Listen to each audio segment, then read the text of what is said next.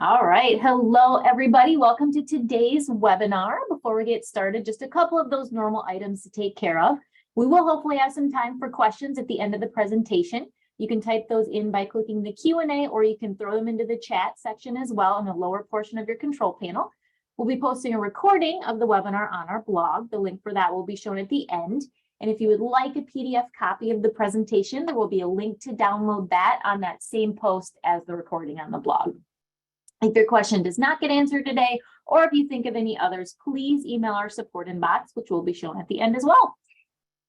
All right, so what is on the agenda for today? We're going to talk about some current thoughts in the health and wellness world that some of us are using to shape our habits that may not actually be helping us completely reach our goals. We're going to hit on some common misconceptions out there and hopefully shine some light on why these myths may be common, but why we should change our mindset on them. So just a disclaimer before we start.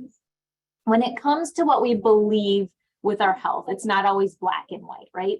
There are, of course, differing opinions on a lot of different topics. I tried to choose ones that are fairly straightforward with research-based answers, but please, please, please always do your own research as well on anything you might not be totally clear on. All right, let's get started here. There were, of course, a ton of different topics that we could cover. So what I tried to do is I broke it down into kind of the top two areas that people tend to want to focus on: exercise and nutrition. I also tried to choose topics that our coaching team tends to hear fairly regularly, and also ones that can do the most damage if we structure our health habits around them. Okay, so we're going to start with exercise. So let's say someone has a goal of losing weight, specifically in that midsection, in that belly, right? You think, okay, that's easy. I'm just going to do some crunches or sit-ups because that is working that area that I want to lose weight in, right? I wish it was that simple for you, but when we're talking about getting that tummy toned, if you will, or losing some fat there's a lot more factors at play than just doing crunches and sit-ups. Now, I don't want you to get confused. Doing abdominal exercises are a fantastic way to build up those muscles and make our core stronger, right? But those types of exercises alone aren't necessarily going to get rid of the fat that's on top of those muscles. You can strengthen those muscles up, but we also need to work to get rid of the fat, the layer of fat that's on top of them. And that's going to take things like cardio exercise, getting that heart rate up, because what we need to do is we need to burn overall calories and fat from your body, which includes that midsection area, right? You also need to pay attention to your diet, as certain foods, cough, cough, sugar, tend to lead to more accumulation of fat building up around your abdomen and your liver. So right in that midsection. Another thing to keep in mind is that we can't pick and choose where our body stores our excess fat, or in what order it loses it and gains it first.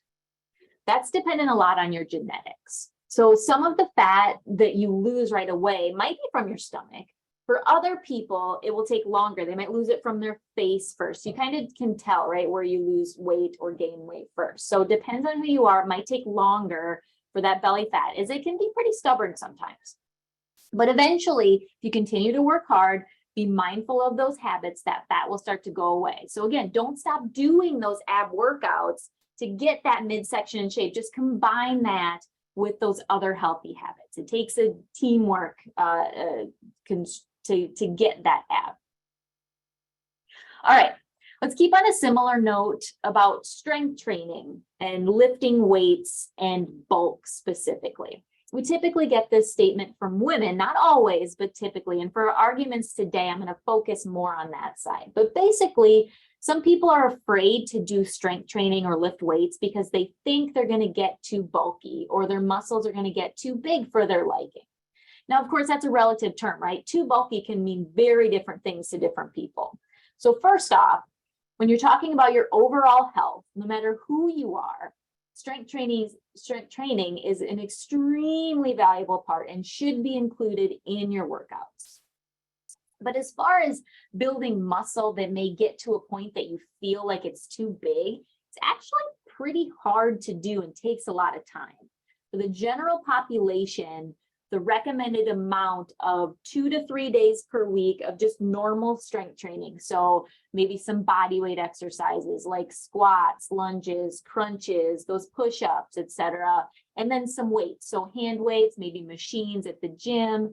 Those types of workouts are not going to produce large muscles on anyone, really. Bodybuilders work extremely hard for what they achieve, and they're typically going above and beyond in any workouts they do, and they're doing specific moves and lifts that most of us don't even know how to do, right? Also, specifically for women, we don't produce as much testosterone as men, which is a huge factor in muscle growth. There are special supplementation and dietary things that women bodybuilders do to create those larger muscles, and men do them too, but it's not something that's just going to occur naturally, typically in a general exercise routine, like I already mentioned. So again, strength training, specifically, trying to build muscle but not getting too big, normal routine is an extremely important component of your overall health. If you're afraid of the physical changes it will create, please don't be. It can actually aid in weight loss, so it can actually make you look smaller if you're worried about that. It can help your bone density to prevent things like osteoporosis. It can also improve things like your mental health. So please, please, please don't skip that strength training part of your workout. Okay, let's stay with exercise for a couple more here. First one, I guess, kind of combines exercise and nutrition, but we're going to roll with it. If I work out, I can eat whatever I want. Once again, I wish this was true for all of us, but unfortunately, big picture, it's not. Some of you might be familiar with the saying, you can't outrun a bad diet. That's what we're talking about. There are a couple different factors at play on this one. You may have a friend or family member, or maybe it's you, that can seemingly eat anything they want and they don't see any weight gain. Yes, there are some genetics at play with this for some people, but even then, if you're exercising, but then you're going and eating a large pizza and ice cream after every workout, and for every meal you're eating kind of junk, right? Even if you don't see weight gain, you're not doing your body any favors by eating that way. For the vast majority of us, if we eat poorly, we aren't going to see the results we want by exercise alone. Your body is not going to function as well, and you won't see muscle gains if that's what you're looking for. You're not typically going to see weight loss. You might maintain it, but you're not going to see weight loss. And your biometrics, so things like your cholesterol, your blood sugar, your blood pressure, are eventually probably going to go in that wrong direction. Again, there's some genetics that might help you for a little bit, but what we do, what our actions are, still affect those numbers, no matter how much genetics we think we have. Plus, you're just not going to feel good, right? You're not going to have as much energy. Your sleep's probably not going to be great, things like that. Some people don't realize the causes of things like low energy, mood issues, sleep issues, but a lot of it comes from our eating habits. And once you start to eat better, you're probably going to realize, man, I didn't feel that great. And now I feel good. And I know what it's like to feel good. And that's going to help motivate you. Now, take a step back. I'm not saying you can't indulge in not so good foods. That's not it at all.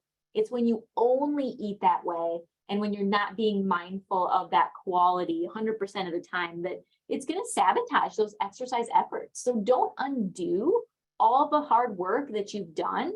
Just be mindful of your eating so that those workouts will actually pay off, right? The next area I want to hit is that 10,000 step rule. This number is ingrained in a lot of our minds, right? As the benchmark that we have to hit every day to be healthy overall.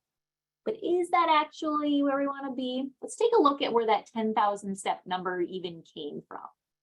Basically, in the 1960s, a Japanese company made a pedometer, so a step counter, that's name translated into 10,000 steps, and then it stuck. That's it. No science, basically just marketing. But let's remember that this 10,000 step goal has helped millions of people get more active in their daily lives by having a specific number to shoot for, okay? So let's not throw it away necessarily. The big takeaway that I want to get from this misconception is that for some people, 10,000 steps might be the perfect amount to reach that's realistic for them and to keep them healthy. But for others, it might not be that much. Some might be more, but for a lot of people, you don't have to hit that 10,000 mark to be healthy. Some people see that 10,000 step goal, and let's say you're only taking 1,000 steps right now. That can be kind of a demotivator, right? That's a huge step. So you have to take your own circumstances into consideration when you're setting your own step goal. Maybe you want to start with 1,500 or 2,000 first, right? Work your way up. As you continue to do just more exercise in general, your body is going to get healthier, no matter if you hit that 10,000 steps right away or not. The key is that progress. We keep challenging our body, and our body adapts and gets stronger. You have to take into consideration the type of exercising that you're doing as well. So you're going to take a lot more steps if you're running, right, than if you're doing a strength training or weight training session, right? But you are still getting fantastic benefits from those other types of workouts. I just mentioned that, how strength training is so important for our overall health. So sometimes looking at minutes of activity can be more helpful than steps in some cases. The general recommendation for overall health is 150 minutes per week of moderate activity, so getting that heart rate elevated a little bit, or 75 minutes of vigorous activity, so really getting that heart pumping with more intense exercise. So bottom line, if that 10,000 steps motivates you to get active, then use it, but don't think that that's the end all be all for being healthy, okay? There's so many ways to see progress and to get healthier. We just want to keep moving forward. All right, nutrition. This is a lot, right? And again, I'm not going to be able to cover every single topic that are misconceptions out there, but we'll try to get a few big nutrition ones. Let's start with a calorie is a calorie. Doesn't matter what I eat as long as I watch my calories, right? Also, if I burn more calories with exercise than I eat, I'm going to lose weight. Doesn't matter what it is. If I eat 100 calories worth of broccoli or 100 calories worth of candy, it's going to have the same effect on my body and on my weight specifically. All right. So in the literal definition of this, yes, a calorie is a calorie, right? And yes, when you're beginning your weight loss journey, especially if you have a good amount of weight to lose, if you're in a calorie deficit, meaning that you're eating less calories that you're burning each day, you're going to lose some weight, right? But back to kind of one of our first conversations, there's so many other things going on in your body at that time that fueling it with those not so good foods, ones that have little to no nutrients, it's going to come back to bite you. No pun intended with that. So what am I trying to say here? Different calorie sources have a major difference in the effects they have on your body and how it functions and feels. Now, I'm not going to be able to cover everything, but let's think about a few points here. When you eat a food that is mainly sugar or simple carbohydrates, so like white bread, things like that, super easy for your body to break down that food and use it for quick energy.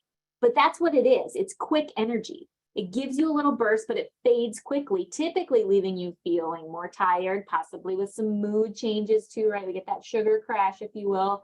Less concentration comes along with that, amongst other issues. When you eat a food that's higher in protein or fiber, for example, it takes your body longer to break it down. It also uses more calories to break down those foods as well. So we get a few extra calories burnt as a bonus there. You typically feel fuller longer because, again, it takes longer to break down in your body. And that helps keep your energy levels even, thereby keeping cravings lowered and mood even as well. When we don't feel great physically or mentally due to that energy swing, we tend to make poorer decisions when it comes to other things like exercise, right? And then further poor food choices. And then it seeps into things like sleep and stress, which continues that vicious cycle of our body craving those quick energy foods, because that's what our hormones do. They start to get out of whack, and then we start to crave more things. And it just, again, vicious cycle.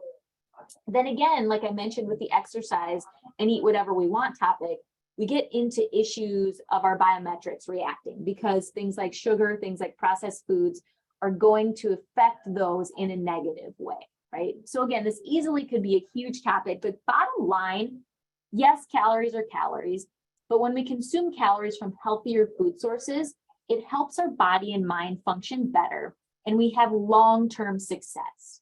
While you may see some short-term success with simple counting calories and not worrying about the types of food you're eating, long-term, it's going to be a struggle to keep that up, right? So again, we're looking long-term. So be mindful of that quality, and it's going to help you out later as you're working through that weight loss. And so this kind of transitions into the next topic I want to talk about. The less I eat, the quicker I'm going to lose weight. So taking out the quality of foods factor completely, there's a misconception out there that if I just eat super low calorie count, not even just a slight calorie deficit, if I just don't eat hardly at all, I'm going to lose weight, right? Now, again, similar to what we just talked about, you might see immediate results with this, but it's not going to pay off long-term, I promise you. So let's talk about why. When you cut calories, especially when you cut them quickly and significantly, your brain goes, whoa, hold on, wait a minute, what is happening? Why am I not getting as many calories as normal? Something must be wrong. I better tell my body, the body, to start saving any calories it gets and slowing down some processes like metabolism so that we can save as many calories as we can, because there must be an issue with our food source, right? So I need to conserve, because if I'm going to get less and less calories, I'm going to be in trouble, right? Okay, now if we're cutting calories for weight loss, we know this isn't the case, right? But our brain and our body doesn't know the difference between so-called dieting and what it is biologically trained to do, which is to adapt in a change in calorie intake. So it kicks in to what is referred to as starvation mode. Some of you may have heard of it. Reduces our metabolism, so how many calories we're burning at rest. It releases hormones to actually make us hungrier. So we put finding food at the top of our priority list. Your body and your brain's only goal is to stop that weight loss and to fix that energy imbalance.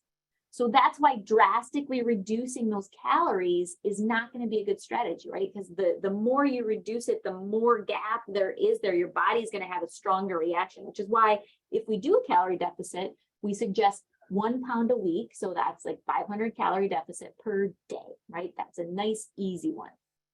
So doing more than that, it's not a good strategy physically. It's also not really sustainable, right? When you're looking to lose weight, like I already mentioned once, you want to make changes that you can actually continue, right? We don't want a quick fix that will burn you out physically and mentally, and then we end up falling off the wagon, right? Most likely gaining that weight back more quickly than we lose it, unfortunately, in a lot of cases too. Small steps, realistic changes, patience with yourself is the best way to lose weight in a healthy, sustainable way. So on a similar note, I just want to add this. Sometimes you can do the right things and your body still kicks into that mode a little bit. Maybe not as much, but it can still slow down your progress at some points in your weight loss journey, right? We call these plateaus, and they can be extremely frustrating, right? So a couple things that you can do to keep that momentum going if you do hit the plateau. Again, if you're doing all those things the right way and you're hitting that plateau, a couple things to think about. If you're not already, add weight training to your routine. It can help maintain that metabolic rate while still burning calories. It also helps keep your strength up, as a lot of times when we lose weight, we tend to lose muscle mass as well. So lifting weights and keeping your protein intake high can help keep that progress going, because it boosts metabolism and makes it so your body is less likely to break down muscle for energy, and it burns that fat more so, and we lose our fat versus the muscle with that weight loss. So just kind of a side note with that one. All right, let's shift gears a little bit with nutrition. We'll stick with nutrition, but a little bit here. Another not 100% black and white topic is that organic always means healthy. This is an interesting one, right? So what I want to do here is I want to dive into why I say that, because organic is fantastic, but it doesn't always mean healthy, okay? First, let's talk about what organic means. Organic refers to how the farmers grow and process their food. It encompasses the soil and water quality. It encompasses healthy living conditions of animals, if someone is raising animals. It's about cutting pollution, promoting self-sustaining cycles of resources on the farm. Organic farms are not allowed to use artificial fertilizers, they're not allowed to use most pesticides, they're not allowed to do genetic engineering, use antibiotics or growth hormones on animals. So it's all about the quality of the growing or living experience on the farm. Now, are organic foods more nutritious though? Well, some potential benefits include higher nutrient levels like antioxidants, which help fight help our body fight against disease. Some can be higher in omega-3 fatty acids, which are great for brain and overall health. And of course, that lower pesticide residue on produce. So it's not that it's more nutritious, but it has less of the chemicals, right? So yes, absolutely, there are potential benefits of looking for organic foods, especially in the quality of life for the animals, the use of those chemicals in the growing process, and the protection of the environment. But organic does not always mean healthy, and that's what I want to make clear here. You can have organic foods or foods that tout having organic ingredients, probably more specifically, that are still loaded with sugar and other unhealthy ingredients. So basically, your fruits and vegetables, things like that, are typically going to be, super healthy for you, whether you're organic or not, but typically maybe a little healthier or safer, again, depending on what your thoughts are with the growing processes. But it's more in those foods that say, oh, it includes organic wheat or organic whatever it is. So you still need to follow the rules of trying to eat whole foods in general, okay? Organic is great if you're able, but it's not 100% necessary in every case. And keep those packaged and processed foods, even if they do have some organic ingredients, keep those at a minimum as much as you can, all right? How about gluten-free? This is another buzzword, right? That's caused a bit of confusion in the health world. Specifically, people are going gluten-free as a weight loss strategy, using it as a diet. But is that the way to go for everybody? Short answer is no, but let's dive just a little bit deeper. Gluten-free means that it does not contain gluten, obviously, Shelby, right? But gluten is a protein found in wheat and some other grains. So it can be naturally occurring in foods, or it can be added in the processing for various reasons like texture, things like that. Now, gluten-free and carb-free sometimes get intermixed, but they're not the same thing. Rice, potatoes, and beans are carb-heavy, but they're gluten-free. So don't confuse the two terms because they're not the same thing. So here's the deal. There are specific groups of people who do need to avoid gluten. Celiac disease, which is when you actually have an autoimmune response to gluten that causes major pain and intestinal issues.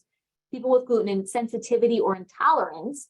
There's not a clear test for this at this point, so work with your doctor to see if you can kind of work through your symptoms, determine if they think this is the case for you and if you should avoid gluten. People who glow, so here's where the confusion comes from. People who go gluten-free specifically tend to cut down on a lot of unnecessary carbs and other processed foods that can cause weight gain and issues with biometrics. So in a roundabout way, it absolutely can improve your health.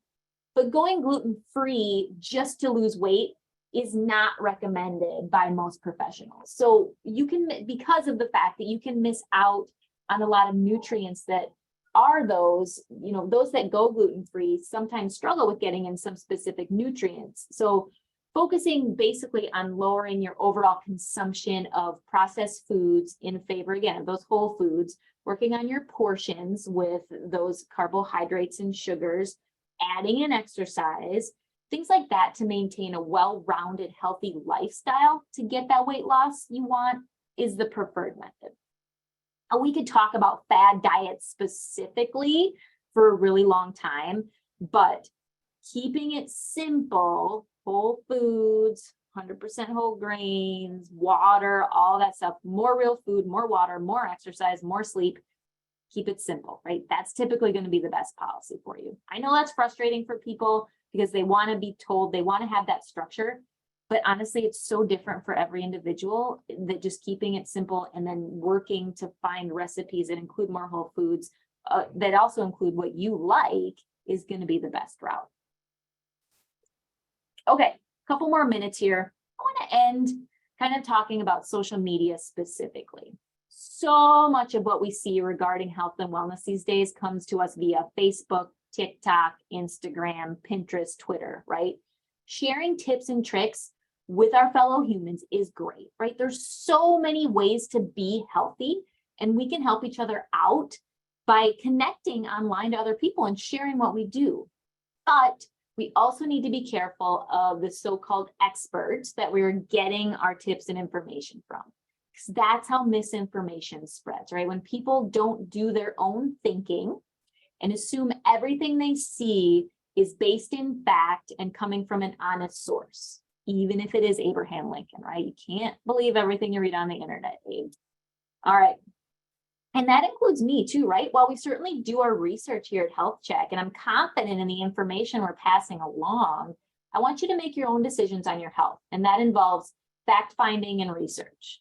These trends that appear on social media aren't always created by health experts, so you just need to be sure you're not following blindly along, right?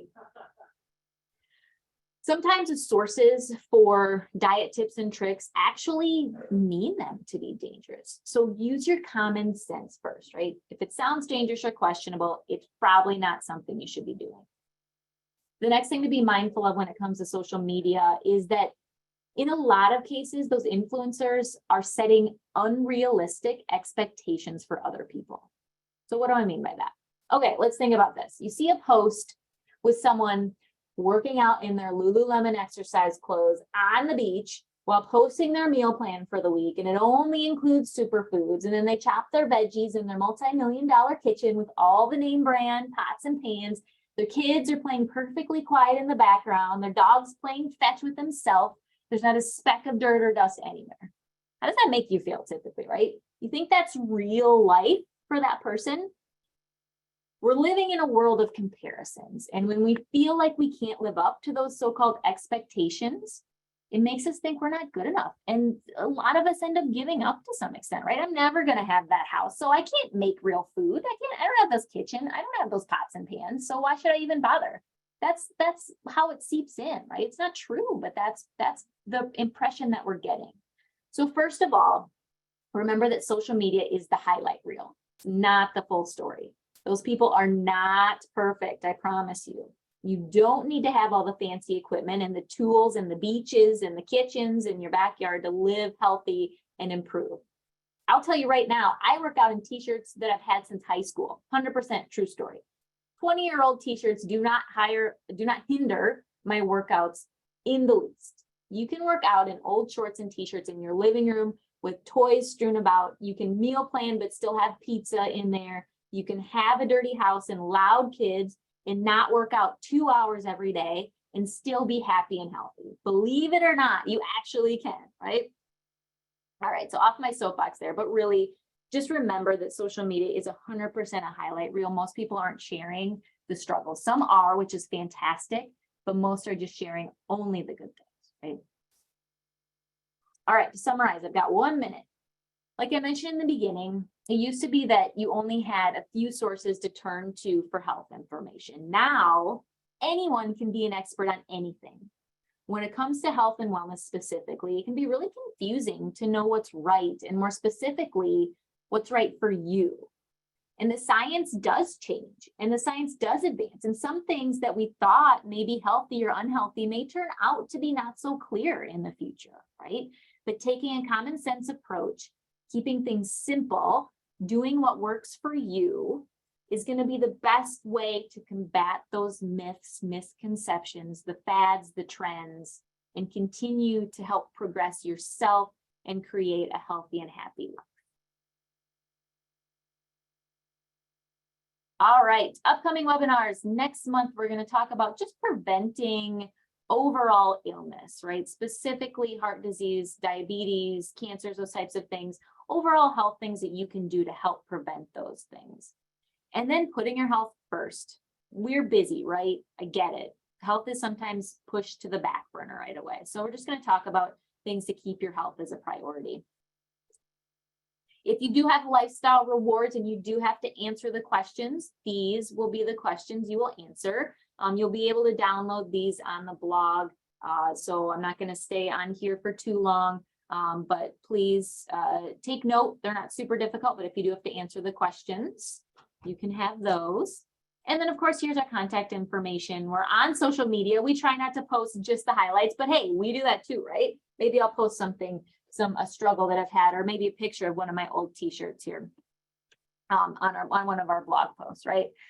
But then you can watch past webinars and all that good stuff, and then contact us, right? We obviously only scratched the surface with some of the misconceptions and things that are out there today. So if you want to talk about anything else, give us a call, shoot us an email. We love to chat. We want to help debunk some of these myths because, again, our goal is to get through all that misinformation, that disinformation, all those myths to give you the right way to be healthy yourself. So, perfect. I'm going to hang on for questions, but I'm going to stop recording here. If anyone